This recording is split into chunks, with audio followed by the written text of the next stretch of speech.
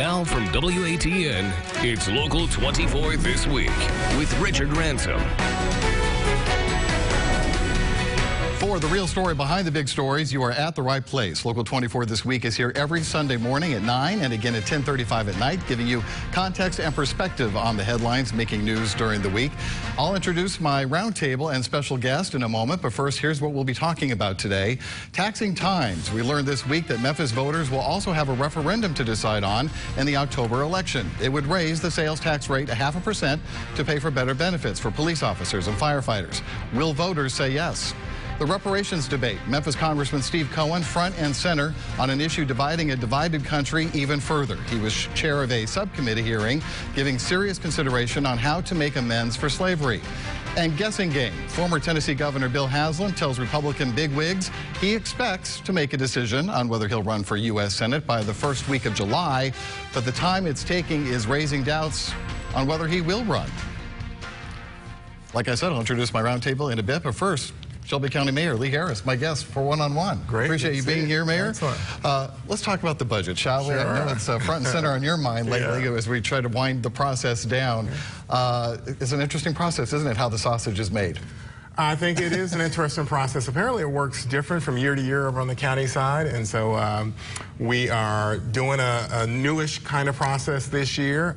The important thing is to try to get this process, whatever you make of it, done by June 30th. That's the end of the fiscal year for the county. So where does it stand now? I know you're talking about having to dip into reserves, which nobody wants to do, but it sounds like you may not have a choice. How much are you looking at, and what are you having to cut, if anything? So I think we've got lots of choices in front of us, and it just depends on what happens on Monday, truth be told. So we delivered a budget on April 29th. I delivered a budget then, and that's a little bit earlier than before. And the goal was to give commissioners a chance to talk to whomever they needed to and to try to finish this process by June the 30th. We are still dealing with a host of amendments, which probably put us into reserves a little too deeply. But on Monday, there will be a chance to cut and to make some prioritization on Monday to try to get it all synced up. So I think we've got a road ahead. It is just tough, and we'll see what the commissioners decide. What are the major sticking points as you see it right now? So I think one of the sticking points is how do you make sure that we expand and accelerate the number of pre-K classrooms. I think a lot of us have been supportive of that. Michael Whaley on the commission has really been a leader in that regard and put one plan forth about how to make sure we expand the number of classrooms that are available. I've worked with Commissioner Turner, Commissioner Billingsley, and many of the commissioners on an alternative plan. So we hope the commission votes on one of these plans however the chips fall, so that we can have in place as many pre-K classrooms as possible. That obviously is going to come with the price tag, but the point is we've got to take a decision on Monday, and we've got to try as best we can to keep as many classrooms as we can open. So I think that's a major sticking point. Obviously, the Tom Lee Park investment has become controversial. You know, it's an expensive one. It's a city park, and we've been asked, the county's been asked to put in about $10 million in favor of that park. Meanwhile, we have been asked to invest in Shelby Farms. Shelby Farms is actually the county asset that generates the most visitors. There's about 3 million visitors per year at Shelby Farms Park. And so the ask from Shelby Farms Park is not quite as high as the ask from Tom Lee Park, but they're both really important assets. And so the question is, how do you prioritize those? So I could go down the list. I think we started with about 35 acts. Every nonprofit and every organization you can think of is probably asking. I think the University of Memphis wants to build a new pool. And even though it's a state school, they want to build a new pool, and they've asked us, the county, to give them $2 million for the new pool because they like to build a pool of a certain depth so that when they have Olympic athletes come in to visit, that they'll have a pool of a certain depth for those Olympic athletes, and also to run a water polo program, if you can believe that, a water polo program for inner city youth. So there are just a lot of these kinds of acts that are out there on the table that the commission will be faced with whether to fund or not, and we're going to try as best we can. You presented a balanced budget. No doubt about it. you know, you had all these other amendments that have been floating around. It was as high as in the 70 millions, right? And so I think about $78 million worth of amendments. There's about 35 or so amendments, and they comprise about $78 million worth of amendments. And from a variety of different sources, a lot of folks on the commission have done a lot of great work to bring that number down, including, of course, Commissioner Ford. The chairman, Van Turner, has always been very active. I could go on and on with the number of people that have worked to bring that number down. He told our reporter today that, I'm talking about Van Turner, that they've lowered the reserve amount right now to something like $7 million. That's right. About where things stand right now. Education obviously isn't going to get, the schools aren't going to get everything that they wanted. You have in the past floated the idea of maybe a bond issue to help with all these capital improvements and give the schools the lift they need, because some of these schools are really in dire need of improvements. Is that still on the table as something you would look at later on? I would love to get the school board to really think big and to really work on a way to make sure that our students have the best opportunity to perform at their best. It's difficult to do. Obviously, that is a bureaucracy, and we are hopeful that over time we'll be able to collaborate together. I don't think that right now, and I don't want to speak for them, or at least I hesitate to, I don't think right now that they are considering a huge footprint plan. I think Dorsey Hobson went out the door with that, and I don't know if they are actively considering. But obviously, if they were willing to consider it, we'd love to consider it. I think we started small this year. We said, hey, let's see if we can work together on the cafeteria workers. There are about 680 cafeteria workers that don't get paid a living wage. We said, let's start small there. Let's see if we can get those cafeteria workers up to a livable wage. Let's get them out of poverty, because that's my #1 objective. That was the #1 priority of mine in the campaign. We were not able to collaborate on that objective this time around. But there's still a future, right? Yeah, it's not the last vote, it's the next vote that matters. And so we're hopeful that next time around we'll get the budget in a timely fashion. We're hoping that next time around we'll be able to collaborate on some of these shared objectives, like lifting people out of poverty and improving school performance. City Council used to always take the heat for the contentious budget process. It's been pretty smooth sailing over at City Hall, and not so with the County Commission. And it's rare that you would see, in the case of Edmund Ford Jr., a op-ed that he would have published in the Daily Memphian critical of you, saying you're foot-dragging on the budget, that you're falling short on some of your campaign promises. I got your point. I got your point. So let's talk about MATA, though, because that is I would not describe that as rare. I've been around a very long time. I've never seen op-ed on the budget process. Well, I'm saying, obviously, I've been around a long time, and you know, ran for City Council against Kemba Ford. I ran for State Senate against Ophelia Ford. So there is some history there, and I'm just doing as best I can to try to resolve some things that have been simmering for a very long time. And I want to give you a chance to respond to some of the criticism. Do you think it's fair to say that you're foot-dragging? Foot-dragging. I don't know what you mean by that. That's Edmund Ford's term, not mine. As I said, I'm trying as best I can to create the space for reconciliation. I was surprised by the level of hostility. You're right about that, and I'm trying as best I can to resolve it. But, you know, we're doing the best I can do. All I can do is what I can do. So I know MATA has been a big bone of contention. It's something that you have really wanted to see some money for. You're saying the money's just not there, though. I don't think I said that. Well, not the $30 million that MATA would like to have. That's right. You're hoping that for $2.5 million to maybe put into a reserve fund at this point. What would you like to see done there? Because I see that personally just as something that really could make some big headway for this city if we had a more efficient public transportation system than we currently do have. So I'd love to see the county make investments in MATA in order to lift ridership. And I have a particular perspective of what I'd like to see, particular investments in the urban core, particular investments in frequency of buses. I have said that I'll present a plan on that score in the fall. And meanwhile, the county needs to become better informed of the importance of public transit. So one thing we've done is hire the most expert organization on transit in our community right now, which is Innovate Memphis. Right. They were one of the leading architects of the Transit Vision Plan that everybody's talking about. The Transit Vision Plan that talks about $30 million in favor of investment in MATA. So we have hired them on behalf of the county in order to help us navigate and make sure the county's investment in MATA is used to help improve and expand ridership. So that was our early step. We just did the first presentation on that front to the County Commission just a few days ago. And before the fall is done, I will present a pretty comprehensive plan to the county commissioners about how we might invest in MATA and increase ridership. So you're hoping that that can get better next year. you are hoping, is the the Election Commission going to get their money for voting machines? So again, I think the most important thing is to make sure that voting is accessible and free and fair elections. And I know people really care about this low-tech, high-tech, right? You've got to have a free and fair election first. And in my view, there are some ways we can improve to make sure voting is accessible and that we really prioritize the free and fair election part of this. We have been working with the Election Commission to make sure that voting is more accessible, and they have been great collaborators. I've talked about the $15 an hour, for example. You know, with respect to the school system, we couldn't get them to pass a resolution to make sure those cafeteria workers get $15 an hour.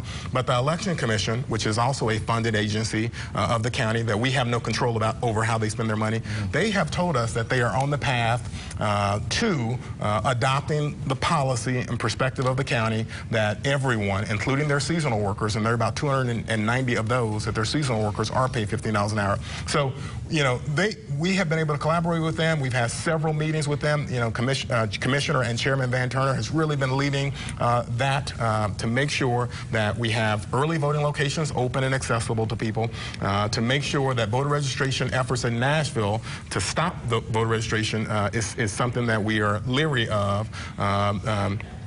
And just to make sure that the people get a chance to get out and vote, and that those voting results have credibility. The voting results are released in a timely fashion.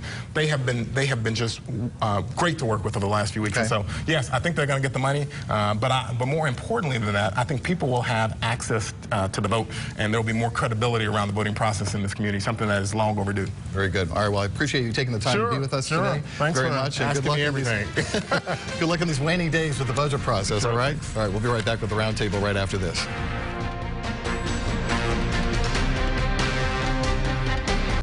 Everyone who has ever lived has lived here. All of mankind's triumphs and failures. Every moment, every hometown, all here. We start our coverage on the ground and take it to the airwaves, so you always know what's happening in your own world and beyond. We are free TV and radio. We are breaking news. We are always there. We are broadcasters. Compare Comcast Business to your current provider. My current service provider does not provide half of what you provide. And to know that I could save money, I'd be thrilled. This sounds like a whole business package, which would be incredible. So what are you guys waiting for? Let's do it. Comcast Business gives you more, and now's the perfect time to switch. Get fast, reliable internet for a low price of $49.95 a month. Better, faster, sign me up. Call today at 1-800-501-6000. Comcast Business. Beyond fast.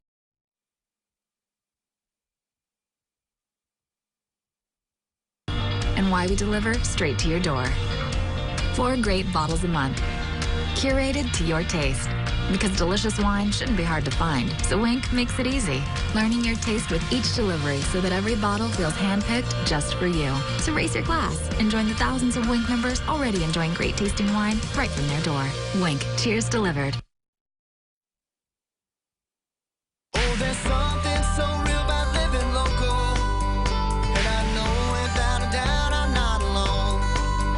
And I'm loving living local. There's nowhere else I'd rather be. Said I'm loving living local. Local 24 is always there for me. The Mid-South is where I love to be. You're watching Local 24 This Week with Richard Ransom. All right, now it's time for the roundtable on Local 24 This Week. Reverend Ken Whalen with New Olivet Worship Center is here, as is Local 24 political analyst and commentator Otis Sanford. Thanks, guys, for coming in today. Let's talk about this sales tax push that the police unions and fire unions are advocating for. It's now going to be on the October municipal election ballot, not a special election as they had originally wanted. It would raise the sales tax in Memphis from 9.25% to 9.75%. Most of that money to go for better benefits for police officers and firefighters, and if there's any left over, it would go toward roads and pre-K. First, what is your assessment on whether this will pass, Otis? Because the city has tried this once before on pre-K, and voters overwhelmingly said no. What do you think will happen this time? Well, I mean, if past performance is any indication of future happenings, then it's not going to pass. and especially since it's tied to the regular election where there will be more of a turnout. It probably won't be a real heavy turnout, but it'll be certainly would be more than if it was just a special election, which the unions were hoping for, so that, you know, people who would be more supportive of them theoretically would have come out and helped pass it. But since it's on the October ballot, the chances of it passing is really kind of slim here. We've seen this song and dance before, and even though a lot of people do think that public service employees, public safety employees are underpaid, they are getting a raise in this budget, even more than what Jim Strickland had asked for. I think City Council bumped it up even more than that. So 4%. I think, yeah. Yep. So when the voters look at that, I think they have a tough sell here to get this passed. Do you agree?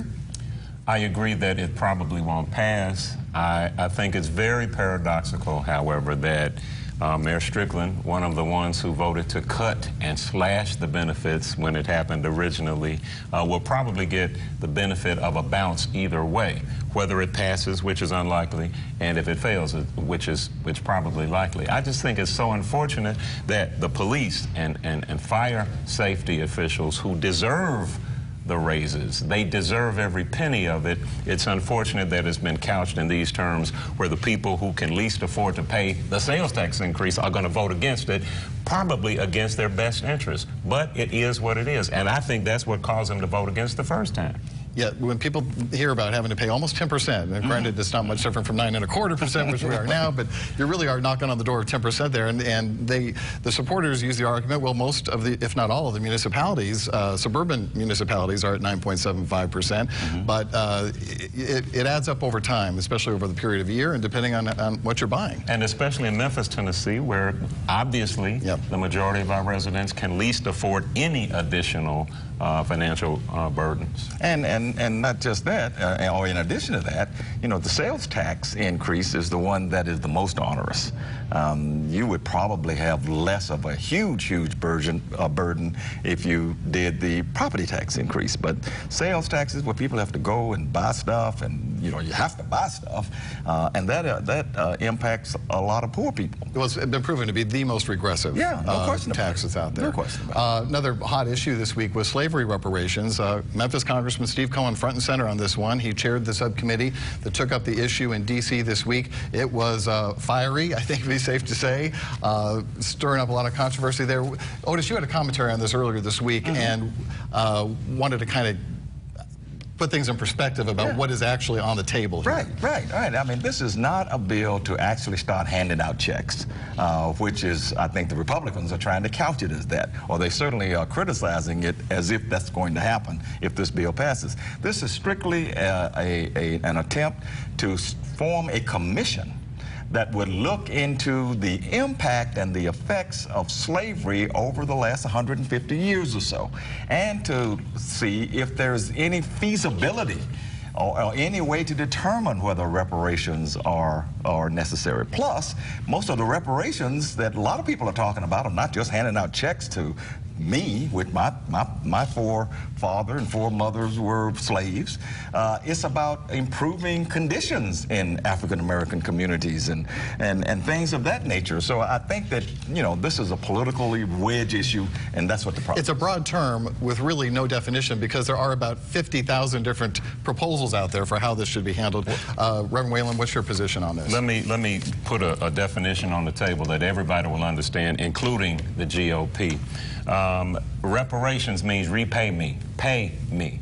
Reparations to me, and when you boil it all the way down. Now, the Truth and Reconciliation Commission in South Africa is what this particular idea is styled on. It's just, let's have official discussions about whether or not the United States government owes anything to the descendants of the slaves who worked for 250 years without pay. It is a financial issue. GOP understand that.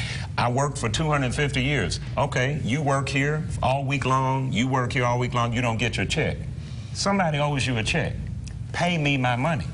That's what reparations is, essentially, without even getting into the weeds of who gets a check and how much is the check. First of all, a check is due. But as time goes out, it gets more difficult as deciding who should pay for that and who should receive that. Depends on who's making a decision as to who should pay it and who should receive it. I guarantee if the GOP had been slaves in their past, they'd have figured it out by now. It'd be proportionate percentages. And it's just that it's the issue that America does not want to talk about, but that we better talk about, because every social unrest indicia goes all the way back to the results and vestiges of slavery. The Senate Majority Leader, though, did say, you know, why punish people who had nothing to do with slavery, who were not even around then, who may have come to this country after slavery was abolished? Why has it become the whole country problem? That's the obvious political response that you would expect from someone like a Mitch McConnell.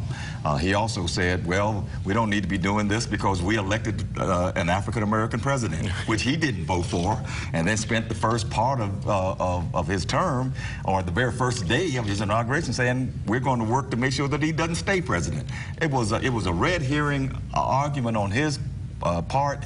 I agree with Kenneth Whalum here. This is an issue about repaying, but it's also an issue about looking at the causes and the results of slavery over these many years and figuring out how to repay whoever it is. Do measures like affirmative action, did they help with the need for this repayment, as you say, to some extent, or not? I think if affirmative action had been left alone and allowed to bear the fruit that it could and should have borne by being fair to the descendants of slaves, it might have gotten us closer by now. But famous court cases like the Bakke case, which made affirmative action something that you didn't want to do, you couldn't reverse discriminate, it muddied the waters. But again, it's very simple. I worked for you for 250 years. You did not pay me. The profits that you gained from the cotton that I produced went to somebody's bank. That money is still bearing interest for generations who are living now, including Mitch McConnell. Somebody owes money. Let's just talk about it. Is it fair that the United States of America, which is built on supposedly freedom and justice, would continue to ignore such an obvious wrong? All right, well, I agree with that. Sure. Again, the process is all that we're talking about here. The commission, just looking into the feasibility of it, but it's such a politically wedged issue. I still don't think it's going to get in. I don't think no one's happier for this to be an issue out there than Donald Trump. Oh, yes. Oh, I believe that's true. That's what I think. Oh, that's probably true. All right, we'll leave it there. We'll take a break. When we come back, we're going to talk about our last issue, and that has to do with the guessing game. Is Bill Haslam going to run for Senate or not? I was seriously injured at work, and my family depends on me. At Nahon Saharovich and Trotz, we hear stories like this every day. You see, we've been helping injured workers for over 27 years. Call Team NST at 683-7000 because we know the workers' comp laws and how to help you. We'll fight for your maximum benefits. My family depends on me, and I'm going to depend on Team NST. NST is the way to go. Call 683-7000. Yeah, let's have fun today. At Magic Springs today we play. When you want to have some fun, Magic Springs is 2 parks in 1. Come on, experience big concerts every Saturday. Freefall 13 stories on Brain Drain. Plus in July, Mermaid Mondays, Wacky Wednesdays, and Friday Dive-In Movies. Hurry, get summer fun for less with $10 off admission at Kroger stores and MagicSprings.com. Magic Springs, we love you. Park open daily. Nothing hurts my mom, that she showed anyway. We were trained to help others, but there's strength in finding help for yourself, too. We're in this together. Even the toughest of us might not know where to go to get a little support.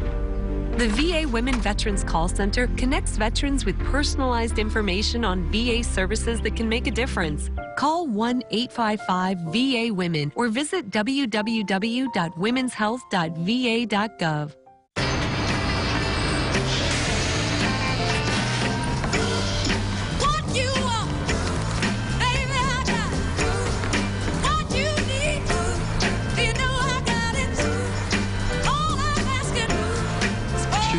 Would you like to have my seat?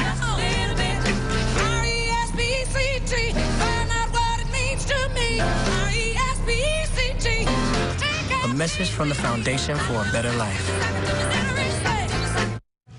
All right, former Tennessee Governor Bill Haslam making news this week, saying he needs 2 or 3 more weeks and he will make a decision on whether he's running for U.S. Senate.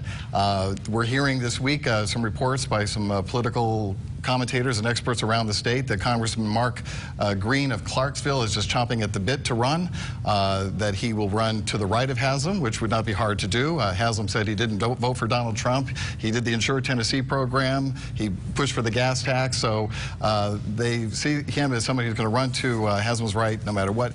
And then there's debate whether Haslam will run at all at this point. What do you think? I'll let you go first. Otis knows more about the politics of it than I do. I just think it's so interesting that the only people we even take seriously to run for these statewide offices are people who are independently wealthy or who can raise a lot of money.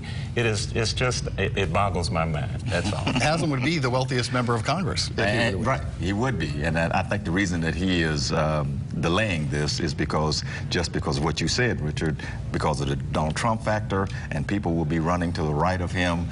He will be massacred not in a literal way, but in a figurative way by the right wing, who will say that he's a rhino, and they will be attacking him left and right.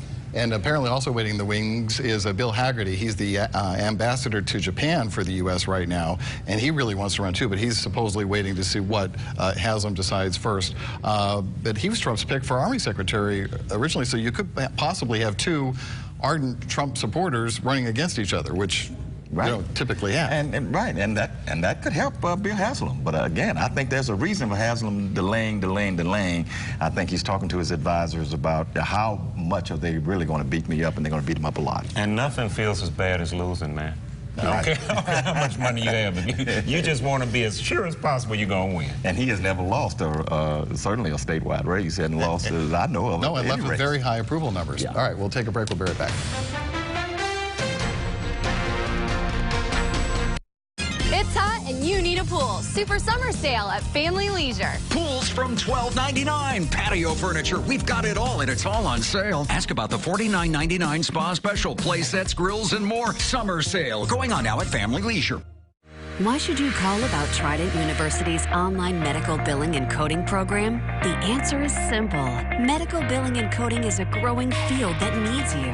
The medical billing and coding industry is growing at a rapid pace and is expected to increase by 15%, faster than the average rate for all occupations. Medical billers are relied upon as key staff members in the medical office environment. This new career can be a fresh chapter in your life, with added responsibility which may ensure self-growth. Investing in yourself offers the greatest rewards. You will be proud of your new career and be an example to your family, friends, colleagues. Completing this program can lead to exciting new opportunities for you and your family.